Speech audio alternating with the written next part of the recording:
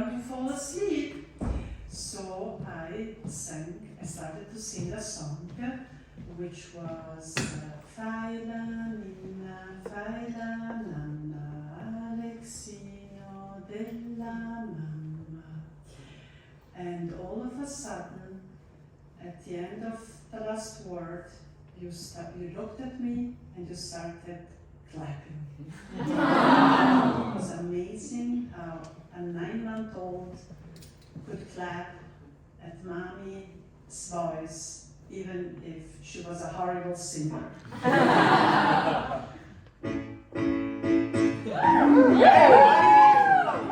are you doing today? Very good?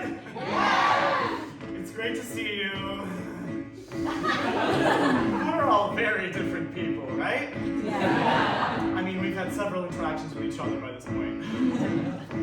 Sometimes it seems like we can't relate to each other in the slightest. I mean, hobbies, interests, beliefs, those things rarely align. But I know there's one thing that we definitely have in common.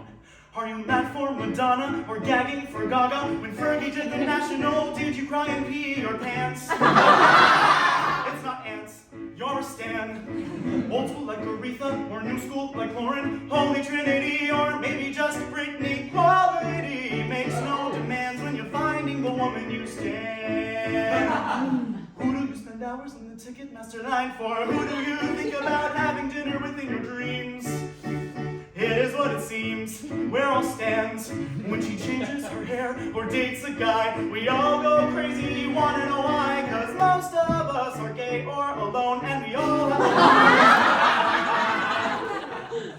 Who do you stand in your life? In your life? Is it Mariah, Shania, Selena, Beyonce, Gaga, Rihanna, or maybe Solange? Amy, Katie, Kelly, Fergie, Tim, Shakira, Selena, Quintanilla, not Gomez, no. Sorry, that woman. We all have a woman, we all have a woman, we stand. Stand up for your stand. Stand up for your stand. Stand up for your stand. Stand up for your stand. All right, now, are there any little monsters in the house?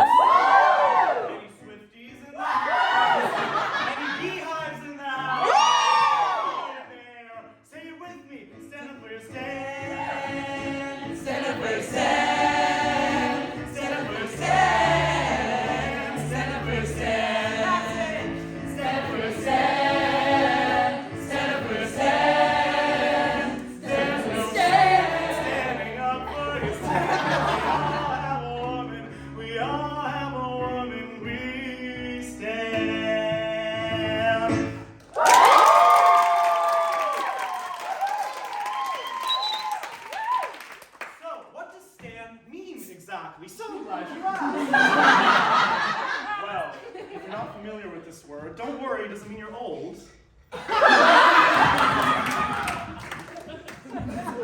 maybe you're kind of old, but that's okay. Because the origin of Stan is actually pretty bleak. Let me break it down. Back in 2000, rapper and human male Eminem wrote a song called Stan about a literal stalker fan named Stan who, in an attempt to get Eminem's attention, drives himself and his pregnant girlfriend off of a bridge.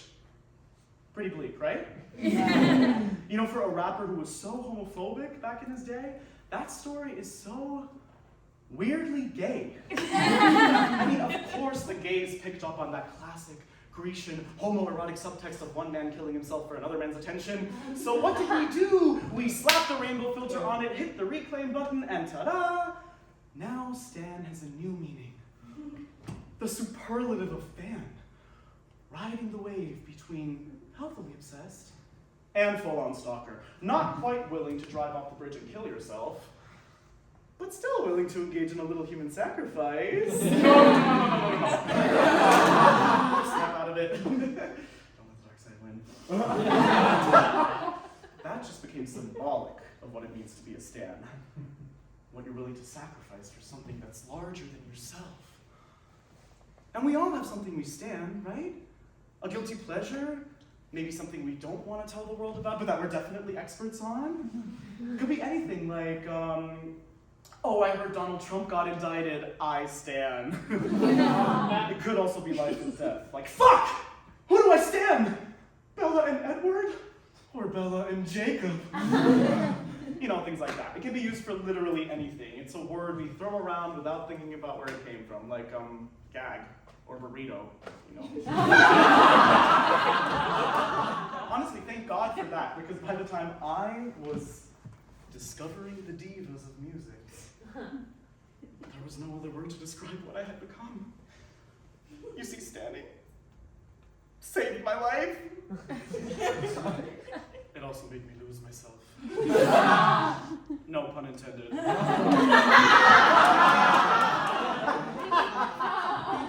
Hi, I'm Alexis, and I'm a clinically self-diagnosed stan. As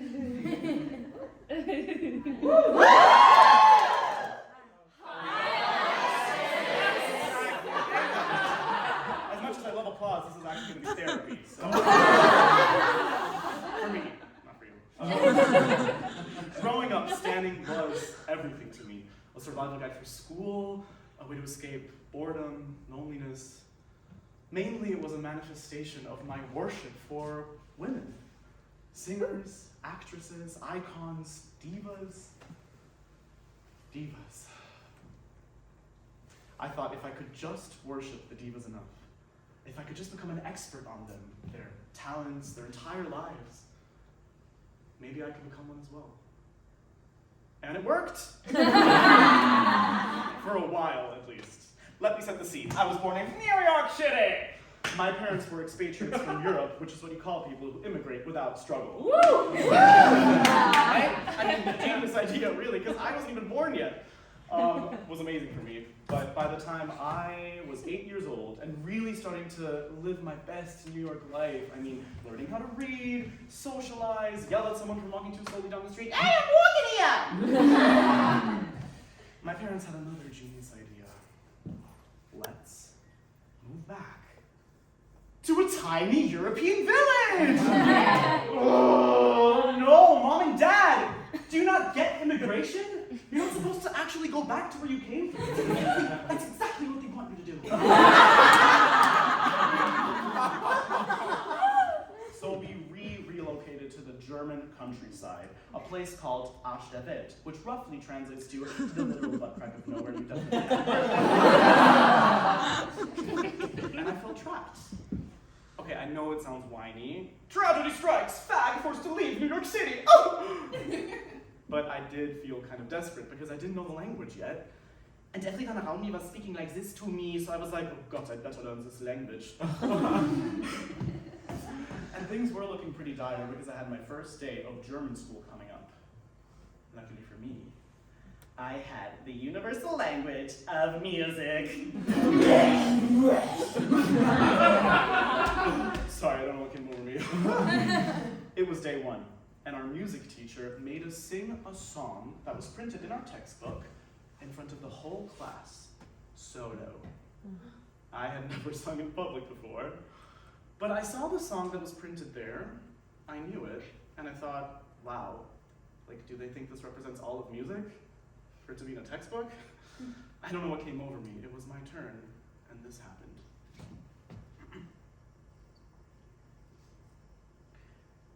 Every night in love, I see you, I feel you. That's how I'm not here. No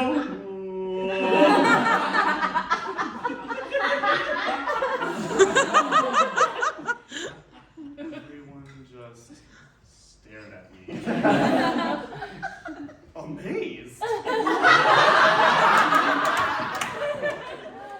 Looking back, probably disturbed. But in my head, it was amazement at a 10-year-old boy doing a perfect Celine Dion impression. Yeah! That's how it played out in my head, because that started it all. I was made lead soloist of the choir. I was put into the theater society. I had all these new friends.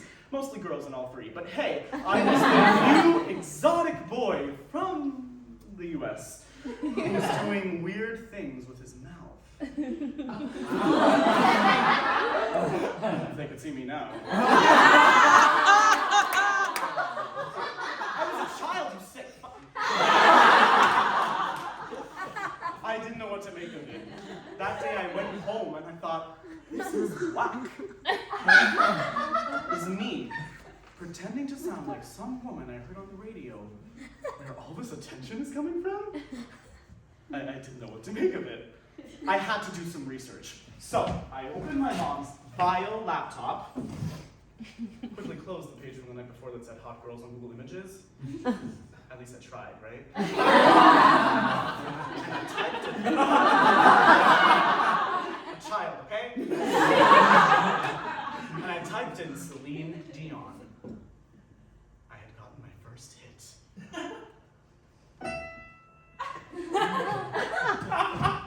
Celine has entered my life.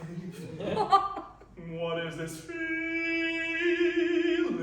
now? But diva has entered my soul.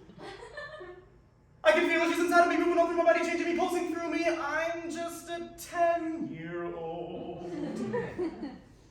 A Stan is born. I just discovered something better than porn. A Stan is born. From my gay little soul, the divas will be reborn. And now the German countryside will become a roller coaster ride. 'Cause a Stan is born. Look out, world, you have been warned. People seem to like me now. Damn, they really don't know me. They're also thinking, wow, he's loud. I recognize my ADHD, but my mom isn't ready for that convo, so she lets me sing Celine Dion. Whoa, whoa, whoa, When I was 10, I was already watching porn. You know, my parents probably should have paid attention to that. Destiny alone, I can riff and masturbate at home.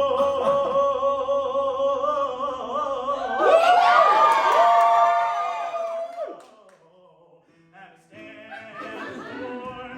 It's a life from devotion I have sworn. Now what I'm excited about, I can show the kids at school and they will be Stans too. I still gotta figure that out. How to show them without getting bullied too. I know, I'll whip in their face, they better not be mean. Those little shits better love Celine. Stan is born. When I have kids, they sure as hell won't find out about porn. Stan is born. It's a lifelong devotion we have sworn. And when I'm dead,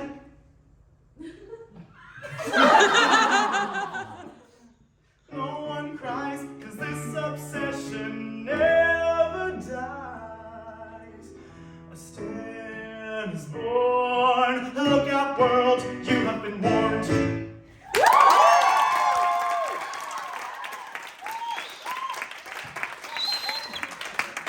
have been warned. Because from that moment on, I could not be stopped. I was like a race car racing towards the end of this metaphor, because I know nothing about race cars. But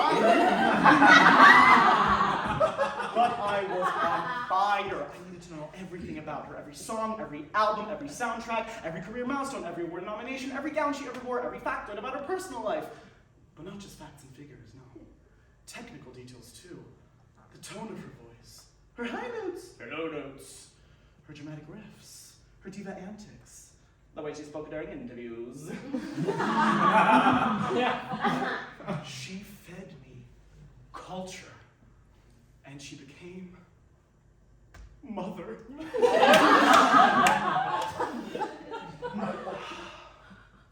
And after I swallowed her whole, you guessed it, I graduated right onto the next diva. Who did Celine duet with in 1997? Barbra Streisand. Who did Barbara duet with in 1979? Donna Summer. Who sampled Donna in 2004? Beyonce. Who publicly praised Beyonce in multiple interviews? Mariah. Who did Mariah have a publicized fake feud with? Whitney. Who was Whitney's mentor? Aretha. Now, who did Whitney mentor? Brandy. Who did Brandy lose a Grammy to in 1999? Miss Lauryn Hill. Who did Lauryn write songs for? Aretha. The diva domino effect.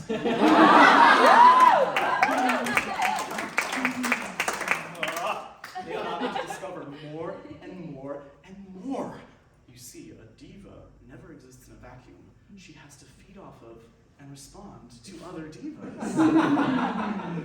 And they became my entire personality. All the divas merged into one tiny pre-adolescent body. I was a nightmare. Just imagine it, me walking through that school like I owned the place, telling people that, oh yeah, I got the All I Want for Christmas is You solos that nobody wanted again. I mean, these Germans. They weren't fans of Mariah, Celine, Beyonce. They liked Helene Fischer and Anne My Kantereit and Lena Meyer Landrut. Those are actual names, I swear. Germans like to draw things out. Names, sausages, world wars. Sorry, let's get at least one. One German, however, was on board. Our choir director, Siegfried Schmidtgard, a name straight out of an opera with the personality to match. He saw my unfounded confidence and was like, oh! Maybe if I broadcast this shit, then we will land on the German info channel or something. He let me do whatever I wanted in choir, as long as I spiced things up. So, naturally, I took that opportunity to go full diva.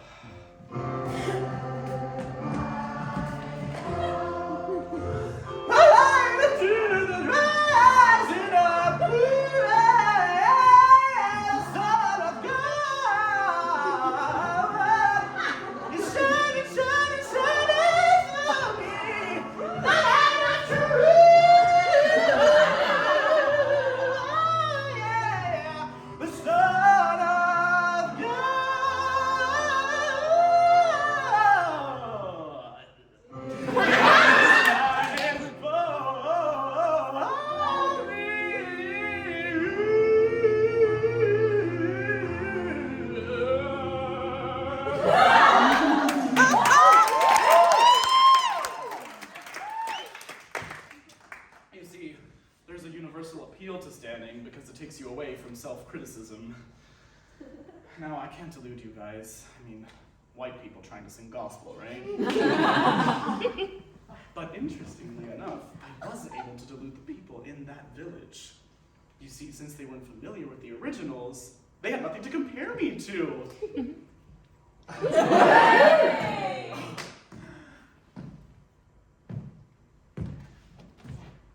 Sorry. And on top of that? Oh, and on top of that, okay, this is the most important part, because now I had science on my side. Okay, you see, I did a lot of research into this. In stand theory, the diva emits gamma rays of talent, which the devoted stan can pick up on and convert into their own life force. Okay? They are then able to pass this energy on to the general public. The general public converts this energy into love and admiration. They take this love and admiration, shoot it back up to the stand, which elevates the stand's status, right? The stand then harnesses this energy and shoots it back up to the diva in multiplied amounts. It's a symbiotic relationship. It benefits everybody.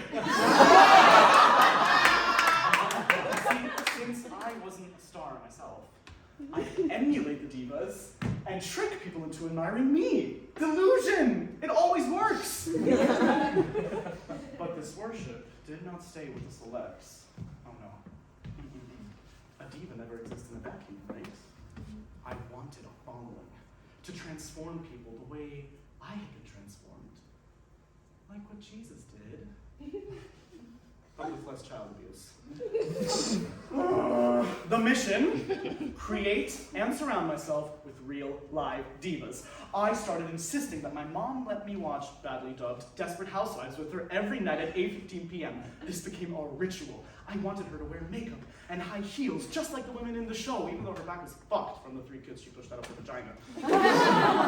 I wanted my little sister to dress up in her best little clothes, and I made her walk the fictional runway in our parents' bedroom, getting so frustrated when she couldn't hit the poses perfectly. I mean, it's hard without a glam team, but I did my best. Less successful were my attempts to get the boys in school on board the worship train. I tried, but I could only really sell them on Brittany, Christina, you know, the quote-unquote hot ones. But they weren't really having it. They saw it was making me kind of popular, so they, left me alone. Until they didn't. Nope, they started calling me names. It's so cute when kids do that, right? One name stood out above the rest. Schwul. I remember thinking, schwul? That's so swanky. Sounds like someone who's stylist I would want. Gotta look her up. So I went back home. I opened my mom's laptop again. This time it was a Toshiba satellite. And I typed in schwul, Google Translate. What came out? To my horror, was this little word. Gay. What is gay? No, I'm genuinely asking, I'm really not sure what is gay. What is gay? Gay, gay, gay. If you say it enough times, it starts to not mean anything anymore. Gay. What is gay? No, I really can't identify with what it is you're saying. What is gay? Although from your tone of voice, I can tell that it's not the best thing in the world. What is gay? What is gay? I don't know what is gay. I mean, gay. I like women. I mean, girls. I'm a fan. I'm a big fan. I can't be gay. I can't be gay. Women are hot, beautiful, great, attractive, and I love the way they sing, the way they move, their clothes they wear so gay. What is gay? Me gay? No way. Gay, gay, gay, gay, gay. Is it gay to love a woman? This hard. I will prove to you how much I love women. I'm telling you all about my obsession with Celine Dion and Mariah. But the kids in school didn't go for that. No, they called me names and they called me fag and they made me out to be a creep. Taking my hobbies and making the leap to gay. What is gay? What is gay? What is gay? No, how can I deny what I don't know what it means? And they found me where we're completely obsessed with it. I still haven't moved, so please shut up about it. Gay. I don't know what is gay. Why gay? What did you say? You call me gay? Hey, please tell me why. Is it gay to love a woman so much? Let me rephrase. I love women, and I'll tell you why. Because they have such nice voices. And I love their big personalities. And their hair is blowing and billowing in the wind so naturally. My hair doesn't do that, it just falls flat. So gay. What is gay? No, I really don't know what you're talking about, sir. Please, sir. I know you're my father. But don't ask me if I'm gay. Don't ask me if I'm gay. Because now, for the first time, I'm asking myself if I am gay.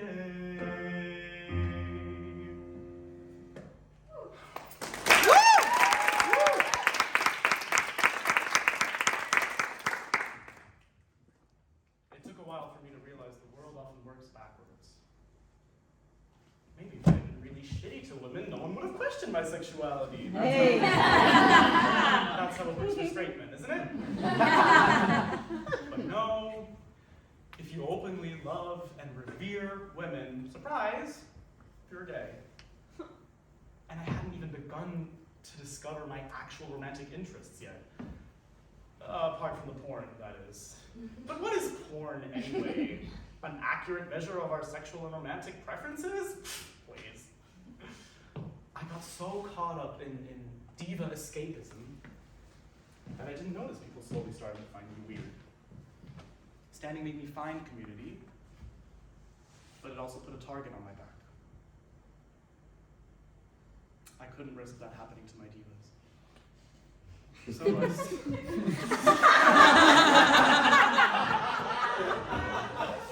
one's gonna come after them on my watch, okay? So I started hiding things. No more out and proud. The Church of Stand-Up was officially closed.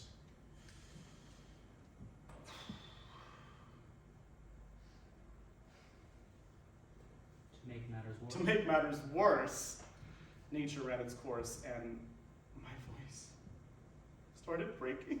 The light of truth is rising up. I couldn't even sing like my divas anymore. And what was I without my voice? Some cheap Little Mermaid knockoff? So my hair isn't even red. It was awful. I started going fully mask. I gelled my hair every day to the extreme. Frosted tips, but actual frost. Hey. Tragic, right? Like putting your hand in there, it felt like glue and cum just got up there. And a sticky little baby. Yeah. I also tried out every type of sport, doing anything to blend in. But guess what? I hated every single one. We all know divas don't do sports. The bullying got less, but I dimmed myself down to a muted version of myself. Pretty soon, every ounce of standing that had once been my life force had been sucked out. And I lost them. That led to some really dark moments. Escapism could only get me so far. I desperately needed to be anywhere else than where I was. Anywhere but in that tiny, backwards town where culture went to die. Where I was afraid I would too.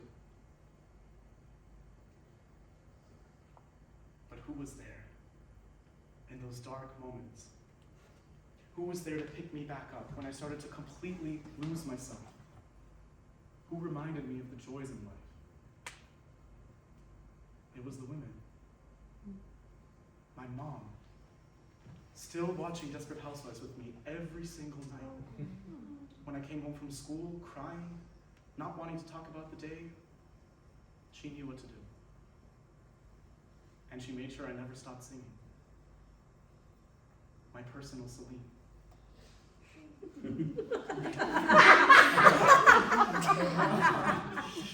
My little sister, who forgave me for being an asshole at school and still danced with me in our living room. My little Brittany. My godmother, the coolest middle-aged Italian lady you can think of, who took me on shopping sprees, no questions asked, who I knew, but never let on that she knew, so I can just be myself and feel free. Aretha Franklin.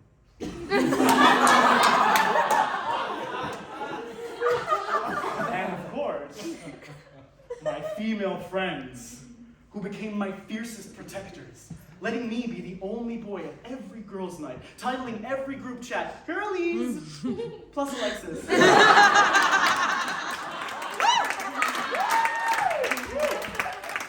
They built a force field around me that made me so strong. They're my Destiny's Child, my TLC, my Spice Girls, all of them. Those are the true divas. Now I've grown up. The hair has grown out, thankfully. And sometimes I look at myself in the mirror and I think, oh, who is she? And then I realize, it's my mother.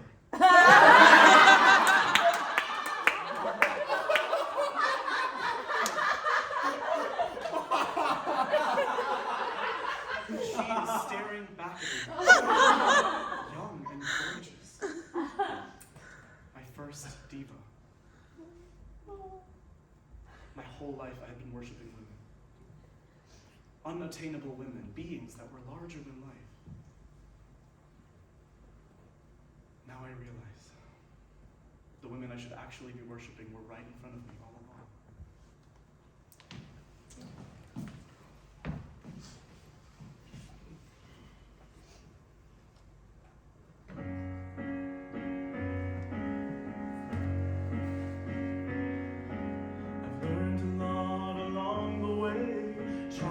Obsessions are more than okay, 'cause childhood is not so far away.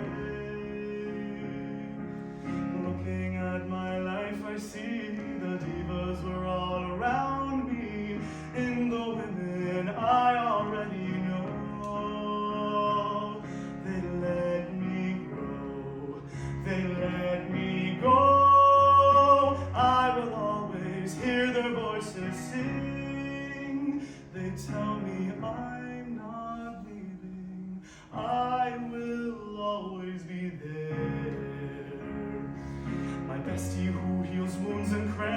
My sister who's a literal champ, reaching higher than the highest note.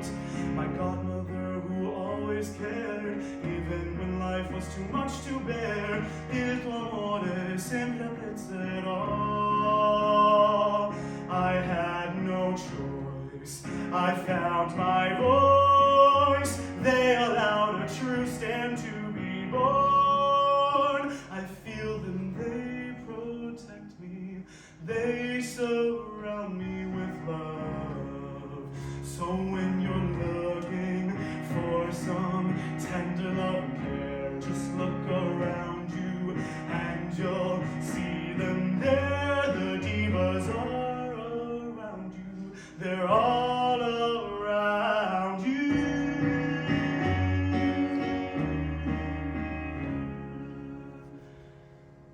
They're all around you.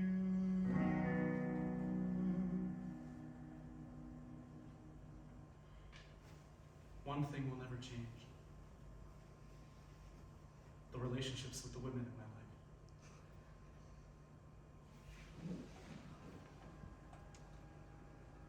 And they're already divas.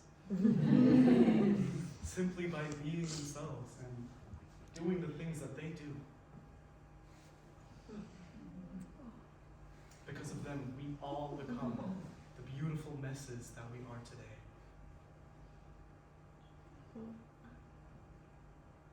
And for us little queerdos, they give us the space to be ourselves. Because of them, I never lost my voice.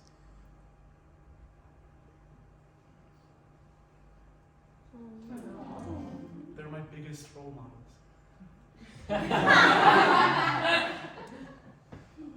I will always lift them up.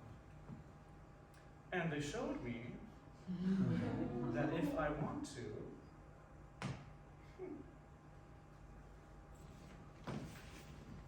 I can be a diva too.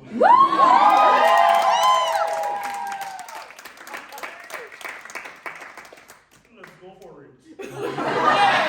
Mothers, sisters, daughters, and friends, we all